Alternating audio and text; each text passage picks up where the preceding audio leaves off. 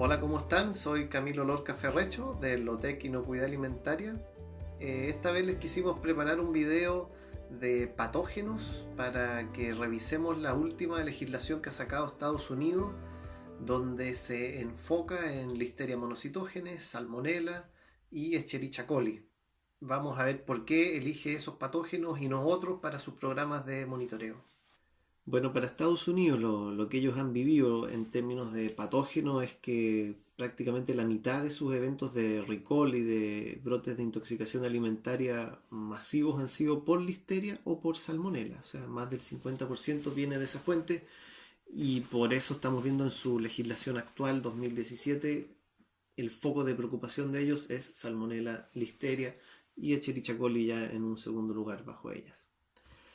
Estados Unidos se ha preocupado de que se separe lo que son los microorganismos vegetativos, saprófitos que alteran, ¿no es cierto?, que deterioran el alimento y que pueden generar acidificaciones, fermentaciones y que va a tener, por supuesto, un impacto en calidad y en la pérdida económica, pero que se separe eso de los patógenos, que normalmente no deterioran los alimentos. Ellos han visto que la mayoría de los casos de intoxicación e infección alimentaria son por alimentos que se veían bien, sanos, en impecables condiciones, de excelente calidad, excelente aroma, con todas sus características sensoriales óptimas, pero estaba contaminado con patógenos, específicamente salmonella, listeria y Escherichia coli. Esta diapositiva lo que nos muestra es que el 90% de las enfermedades de transmisión alimentaria son de origen animal, son de alimentos que vienen de origen animal. O sea, estamos hablando de leche, salmón, carne, chorito, y eso explica el rol del médico veterinario en la inocuidad alimentaria. Tenemos que separar lo que son las enfermedades de transmisión alimentaria más prevalentes, como tenemos por ejemplo el norovirus, de las que son más mortales o más peligrosas, donde aparecen las salmonelas. Entonces, este video no se va a enfocar y no vamos a hablar de algunos patógenos como norovirus, ya que no presenta un nivel de mortalidad tan alto y no se ha visto en la práctica asociado a eventos de recall masivo, y sí lo vamos a enfocar en salmonelas, Escherichia coli y listerias, los cuales son la primera causa de recall, los cuales son los que están explícitamente en la ley de Estados Unidos y los cuales son los que presentan un mayor daño en la salud de la población, como puede ser la muerte, sobre todo en población vulnerable, ancianos, inmunodeprimidos y niños. Bueno, entonces vamos a hacer una rápida revisión de estos tres tipos de patógenos. El primero es salmonela. Salmonela es una enterobacteria, por lo tanto estamos hablando que está ligada a los intestinos de los animales. Es un gram negativo, no forma espora y es un anaerobio facultativo. Esto es bueno que le dediquemos un segundo, ya que estas tres bacterias que vamos a ver, Escherichia coli, listeria y salmonela, las tres son anaerobias facultativas. Eso quiere decir que pueden desarrollarse y crecer tanto en ambientes aeróbicos, con aire, ¿no es cierto?, expuestos al aire, como anaeróbicos, ambientes sellados o herméticos. Podrían crecer en presencia de aire o en ausencia de aire. Y bueno, salmonella tiene un rango clásico de desarrollo bacteriano, es decir, entre los 5 y los 46 grados. Ya vamos a ver que esa es una gran diferencia de listeria, que tiene esta capacidad de crecer en refrigeración. Salmonella, como les decía, como está en los intestinos de los animales, es una bacteria omnipresente en el sentido de que es fácil encontrarla en la tierra, en cualquier ambiente que pueda estar expuesto a fecas animales. Y tiene características que le permiten vivir bastante bien en ambientes secos y en agua. Otro dato interesante, que aquí vamos a hacer el contrapunto con Escherichia coli, es que todas las salmonelas son patógenas en mayor o menor grado para el ser humano, a diferencia de la Escherichia coli, que la gran mayoría de las Escherichia coli no son patógenas. Bueno, hay algo más de 2000 tipos de salmonelas. Las que más frecuentemente asociamos son Enteritidis y Tifimurium. Como ya lo hemos dicho, no van a afectar organolépticamente al alimento y también son facultativas en su capacidad de crecer intracelularmente. O sea, pueden tener desarrollo intracelular, pero también pueden crecer fuera de las células. Bueno, salmonela causa un cuadro que se llama salmonelosis, caracterizado por fiebre, diarrea, dolor abdominal, muchas veces viene con vómito. Algo interesante de recordar es que estas bacterias se demoran normalmente en llegar a niveles perjudiciales en nuestro organismo. Es decir, normalmente los primeros síntomas los podemos tener 1 o 2 días después de haber consumido un alimento contaminado. Así que no son inmediatos, no son intoxicaciones alimentarias. No es que uno está almorzando y a las 2 horas va a estar con vómito o diarrea por salmonela. Se demora, tiene que crecer el patógeno para llegar a un nivel infectante. Bueno, también para las personas sanas, jóvenes, y esto es común tanto para Listeria como para Escherichia coli, la, se habla de las poblaciones vulnerables que son ancianos, inmunodeprimidos como enfermos de SIDA y niños, sobre todo los menores de 1 año principalmente, que pueden verse más afectados de los patógenos. La mayoría de las personas sanas, jóvenes, normalmente tienen un cuadro leve, muchas veces no es diagnosticado y se recuperan solos. Hemos tenido de forma secundaria algunos casos, por ejemplo hemos visto casos en tomate, donde la contaminación con este patógeno desde los intestinos es por el uso de estiércol como abono para los campos. Y ahí se genera contaminación cruzada y por un inadecuado lavado o sanitizado de la fruta uno puede quedar consumiendo algunas de esas salmonelas que venían desde el abono con estiércol. Bueno, aquí pongo unos ejemplos para que vean lo que ha estado ocurriendo en el país. Estos son ejemplos del 2017. Tuvimos uno a principios de año por salmonelas en camarones cocidos, listos para el consumo, que es de alto riesgo por esta condición de ser listo para el consumo, ¿no es cierto? El alimento ya estaba cocido. Y por supuesto que hubo que ejercer un recall, una recuperación de mercado, para evitar que llegue a la población este alimento, para sacarlo de la población porque la verdad que ya se había distribuido. Este es otro caso que vale la pena comentar porque hizo cambiar la legislación de Chile, que fue el caso, el 2011 tuvimos una serie de casos de salmonelosis en huevo y Chile cambió su legislación y hoy en día es obligatorio para preparar las mayonesas el uso de huevos pasteurizados o huevos en polvo, pero no se pueden ya utilizar huevos crudos en la preparación de mayonesa para ser comercializada. Ni uso en restaurantes, fuentes de soda, nada. O sea, todo debe ser con huevo pasteurizado o huevo en polvo. Y este es un caso interesante, es de junio del 2017, que nos hace pensar de forma distinta las capacidades que tiene Salmonella de sobrevivir. Se ha descubierto que Salmonella puede permanecer viva en vacuolas de grasa en algunos alimentos como el chocolate, por ejemplo. Puede quedarse en su interior. Esto mismo pasa en alimentos altos en grasa como el maní o la almendra, donde no alcanza niveles infectantes altos, pero puede sobrevivir, puede quedarse viva. Y si ese alimento es consumido por una población vulnerable, pudiera entonces desarrollar una enfermedad en esa población. Así que tuvimos casos en chocolate que nos llamó mucho la atención, alimentos que por su actividad de agua normalmente creeríamos que no permitían la sobrevida de estos patógenos y sí la ciencia y la experiencia nos ha enseñado estos casos. Bueno, eso sería este micro resumen de Salmonella. Ahora vamos con Listeria. Aquí la que nos preocupa es Listeria monocytogenes. Esta no es una enterobacteria, no es un gram negativo, no es de los intestinos. Este es un gram positivo, también es un anaerobio facultativo y también es un intracelular facultativo. Una de las grandes características de Listeria es que funciona bastante bien en temperaturas de refrigeración. O sea, no es su temperatura óptima de reproducción la refrigeración, como muchas veces se cree. No, su temperatura óptima de reproducción está en los 17, en los 20 grados. Pero sí se puede reproducir a niveles bajos, a 1 grado, a 2 grados, a 3 grados. Así que sí tiene esta capacidad de reproducirse en refrigeración. Otra característica es su capacidad de sobrevivir en ambientes salados y ácidos. Este ambiente salado ha hecho que la tengamos bastante asociada en productos de origen marino, tanto en el rubro de los salmónidos como en el rubro de los choritos, también en cecina, ¿no es cierto?, que trabajan con nitratos, nitritos. Listeria funciona y soporta bastante bien la sal y ambientes ácidos. Tiene flagelos, por lo tanto se puede desplazar, ¿no es cierto?, en ambientes húmedos que le permitan moverse.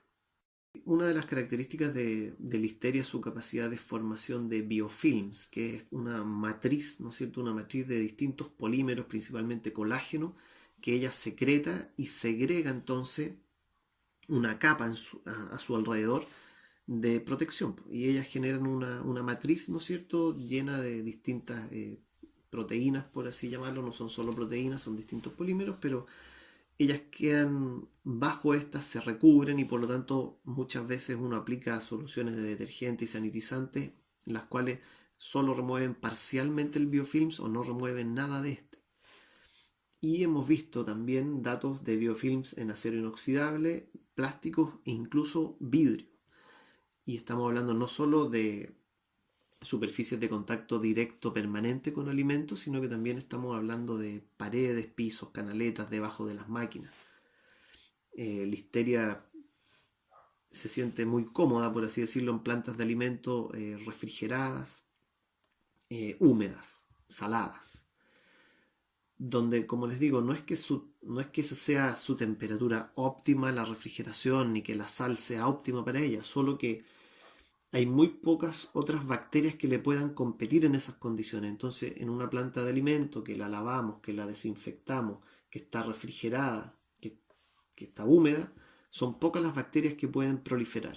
Y Listeria sí puede, y por eso es que la tenemos tan asociada a plantas de alimento. Y estamos hablando de plantas de alimento con buenos programas de higiene, con buenos niveles de infraestructura. Bueno, han salido distintas guías de control de Listeria. Una de las más modernas salió este año, el 2017, generada por la FDA como soporte a esta nueva ley del FDA, la Food Safety Modernization Act. Está siendo soportada por distintas guías. Una de ellas es una guía para el control de Listeria en alimentos listos para el consumo, que nos entrega distintas directrices tanto de cómo hacer los programas de higiene. Una de ellas, que la estoy mostrando acá, es que define explícitamente que la congelación no es un método válido para la destrucción de Listeria monocitógenes. Lo comento porque hay plantas de alimento que han querido demostrar que un alimento congelado luego de 2, 3, 4 meses podría Listeria desaparecer. Y bueno, es algo que tendrán que seguir investigando, pero hoy en día no es un mecanismo válido para la destrucción de Listeria. Así que la refrigeración y la congelación solo la inhiben, pero no la destruyen en ningún caso. Chile también ha tenido que sacar sus propias guías de Listeria, tanto de cómo prevenir la listeriosis y de cómo detectarla en plantas de alimentos. Es bueno comentar, como les decía, que la mayoría de los casos de Listeria son moderados, no son tan serios para personas sanas y jóvenes, pero en algunos casos puede llegar a ser una enfermedad invasiva con altos niveles de mortalidad y con una enfermedad, por así llamarlo, con un efecto muy grave, con un síntoma muy grave, que sería, en el caso de mujeres embarazadas, tiene esta posibilidad de afectar al feto y generar abortos en el tercer tercio de la gestación. O sea, estamos hablando de abortos de fetos grandes, de guaguas prácticamente. Es un caso bien terrible este tropismo que tiene Listeria por el feto. Así que por supuesto que para Listeria las mujeres embarazadas se consideran parte de la población vulnerable. Bueno, Listeria la tenemos asociada también a alimentos de origen animal principalmente. Hemos tenido varios casos en leches y quesos no pasteurizados y lo que se llama quesos de pasta blanda también, como Camembert, por ejemplo. Como les comentaba, también por su facilidad de crecer en ambientes salados, la tenemos asociada a productos pesqueros, tanto salmones como choritos podrían ser, por ejemplo, y cecinas de sándwiches. Hemos tenido otra línea en ensaladas listas para el consumo. Y bueno, y lo que son vegetales y frutas preparadas, picadas, frescas y no congeladas. En general el problema lo hemos tenido con alimentos frescos.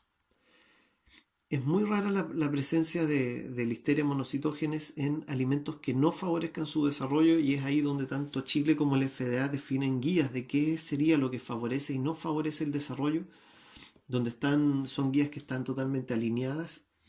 Para Estados Unidos, un pH menor a 4,4 y una actividad de agua menor a 0,92, al igual que para Chile, harían de esto un alimento seguro en cuanto al no desarrollo de Listeria. Tanto es así que Estados Unidos permite el no monitoreo de listeria en alimentos que tengan un pH y una actividad de agua de estos valores. En el caso de la legislación chilena es un poco distinta, ya que la legislación chilena sí exige el monitoreo de listeria monocitógenes para todos los alimentos listos para el consumo, solo que hay un rango distinto para los alimentos que favorecen y los que no favorecen el desarrollo de patógenos. Pero, por ejemplo, una galleta en Chile igual tendría que estar sometida a análisis de listeria pese a que no favorezca su desarrollo. Bueno, el último tipo de patógeno que íbamos a hablar en esta oportunidad son las famosas Escherichia coli.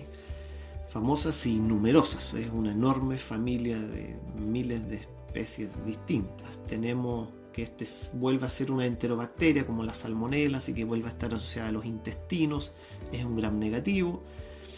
Es un anaerobio facultativo también tiene flagelos, algunas de ellas, y no forma espora. A diferencia de salmonela, aquí la gran mayoría, ¿no es cierto?, de las variedades de Escherichia coli no son patógenas, la gran mayoría son benéficas y son necesarias para nosotros. Hoy en día se pueden dividir 5 grandes grupos de Escherichia coli patógenas, que son las Escherichia coli que nos debieran preocupar en nuestras plantas de alimentos, en nuestros planes HACCP o en estos planes FISMA para la FDA. Estos 5 grupos son los siguientes. Uno es lo que se llaman las Escherichia coli enterohemorrágicas, que son las que forman toxinas, las verotoxinas, también llamadas toxinas chigas, porque se parecen a las toxinas de Shigella. La más famosa de estas Escherichia coli formadoras de toxina es la Escherichia coli O157H7, la cual todavía se considera como un patógeno emergente, aunque ya la verdad que ya está formando parte cotidiana de nuestros casos de enfermedades de transmisión alimentaria y de eventos de recall. Como lo dice su nombre, son enterohemorrágicas, generan estas toxinas que generan un tremendo daño en nuestros intestinos. Pueden ser diarreas sanguinolentas, la mayoría de los casos no pasa más allá de eso, pero en algunas ocasiones sí se puede generar lo que se llama el síndrome urémico hemolítico, donde ya tenemos sangre a nivel de orina, empieza a haber un daño renal muy fuerte y estamos hablando de mortalidades que podrían llegar hasta un 50%.